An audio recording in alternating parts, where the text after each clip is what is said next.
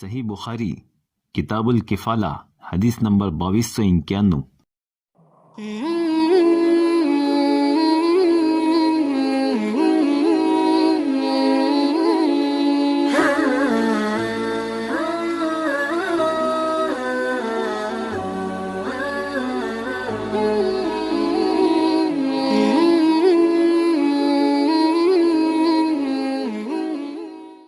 ابو عبداللہ امام بخاری رحمت اللہ علیہ نے کہا ہے کہ لیث نے بیان کیا، ان سے جعفر بن ربیعہ، ان سے عبد الرحمن بن حرمز نے، اور ان سے ابو ہریرہ رضی اللہ تعالی عنہ نے کہ رسول اللہ صلی اللہ علیہ وسلم نے بنی اسرائیل کے ایک شخص کا ذکر فرمایا کہ انہوں نے بنی اسرائیل کے ایک دوسرے آدمی سے 1000 دینار قرض مانگے۔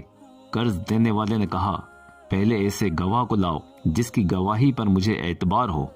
قرض مانگنے والے نے جواب دیا کہ گواہ تو بس اللہ ہی کافی ہے۔ قرض دینے والے نے کہا، اچھا کوئی ضامن لا۔ قرض مانگنے والا بولا، ضامن بھی اللہ ہی کافی ہے۔ اس نے کہا، تو نے سچی بات کہی۔ چنانچہ اس نے ایک مقررہ مدت کے لیے اس کو قرض دے دیا۔ قرض لے کر وہ صاحب دریائی سفر پر روانہ ہو گئے۔ اپنی ضرورت پوری کرنے کے بعد قرض ادائیگی کے وقت وہ شخص کشتی کی تلاش میں ساحل بحر پر آیا کہ کسی کشتی پر سوار ہو کر وقت مقررہ پر قرض ادا کرنے کے لیے قرض خواہ کے سامنے حاضر ہو جائے، لیکن اتفاق سے کوئی سواری نہیں ملی۔ مجبوراً اس نے قرض کے 1000 دینار ایک لکڑی کے سوراخ میں بند کر کے اور اس کے ساتھ ایک خط جس میں سارا مضمون لکھا تھا دریا میں اللہ کے بھروسے پر ڈال دیا اور کہنے لگا، اے اللہ، تو خوب جانتا ہے کہ میں نے فلاں شخص سے 1000 دینار قرض لیا تھا۔ اس نے مجھ سے گواہ مانگا تو میں نے کہہ دیا تھا اللہ پاک گواہ کافی ہیں۔ اس نے مجھ سے ضامن مانگا تو میں نے کہا تھا میرا ضامن اللہ تعالیٰ کافی ہے، اور وہ بھی تجھ پر راضی ہوا۔ اور تو خوب جانتا ہے کہ میں نے بہت کوشش کی کہ کوئی سواری مل جائے جس کے ذریعے میں اس کے پاس پہنچ کر اس کا قرض ادا کر سکوں، لیکن مجھے اس میں کامیابی حاصل نہ ہو سکی۔ اس لیے اب میں اس کو تیرے حوالے کرتا ہوں کہ تو اسے اس تک پہنچا دے۔ یہ کہہ کر وہ شخص واپس ہو گئے۔ دوسری طرف وہ صاحب جنہوں نے قرض دیا تھا ساحل پر آئے اس شخص کے انتظار میں جسے انہوں نے قرض دیا تھا۔ وہ آئے گا اور ان کا قرض ادا کرے گا۔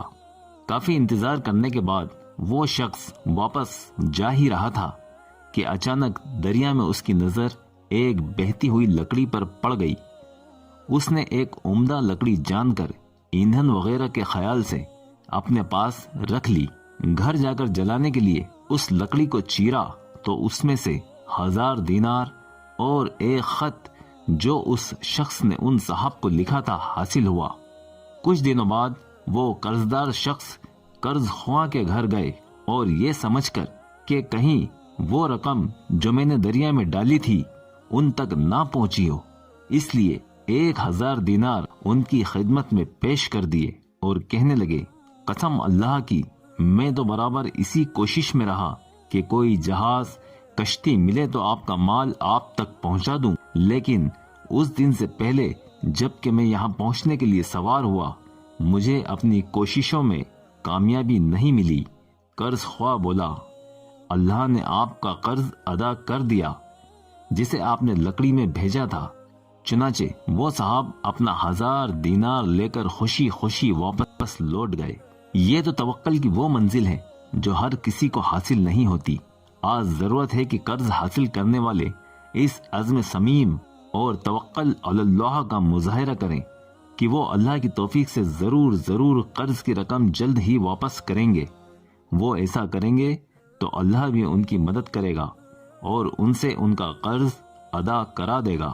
خود قرآن پاک میں ارشاد باری ہے، من توکل علی اللہ فہو حسبہ، یعنی جو اللہ پر توکل کرے گا اللہ اس کے لیے کافی ہے۔